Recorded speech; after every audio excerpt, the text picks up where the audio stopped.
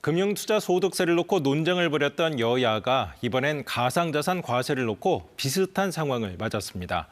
국민의힘은 내년 1월에 시행할 게 아니라 유예하자는 입장입니다. 반면 민주당은 일부 조정해서 시행해야 한다고 주장하고 있는데 당 안에서 다른 의견도 대두되고 있습니다. 김청윤 기자의 보도입니다. 가상자산 소득과세는 가상자산을 양도하거나 대여할 때 발생하는 소득에 대해 250만 원을 공제한 뒤 20% 세율로 분리과세하는 내용을 담고 있습니다.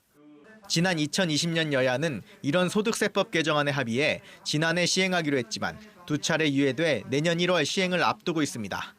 민주당은 공제 한도를 올리는 등 내용을 조정하더라도 예정대로 시행하자는 입장입니다. 총선 공약이자 국민과의 약속이라는 겁니다.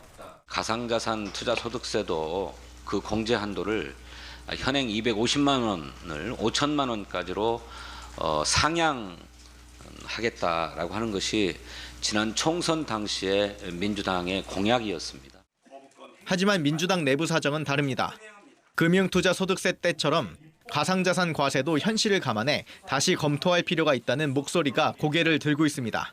특히 이재명 대표가 최근 비공개 회의에서 가상자산 거래를 실제로 추적할 수 있는지 등 과세 준비 상태에 대해 의문을 제기한 것으로 전해졌습니다.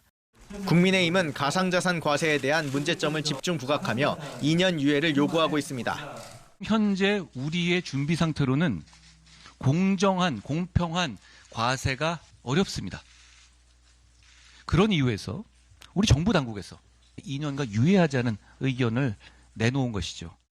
트럼프 전 미국 대통령의 재선 이후 가상자산 가격이 급등하면서 젊은 층을 중심으로 투자가 는 것도 정치권으로선 큰 부담입니다. 그렇다고 금투세 때처럼 가상자산 소득세도 시행을 유예하면 조세 정책의 기본 원칙과 신뢰성을 훼손한다는 지적을 받을 수도 있습니다. 여야가 민심을 핑계로 유예를 선택할지 아니면 예정대로 강행할지 가상자산 과세를 둘러싼 논란이 달아오르고 있습니다. KBS 뉴스 김청윤입니다.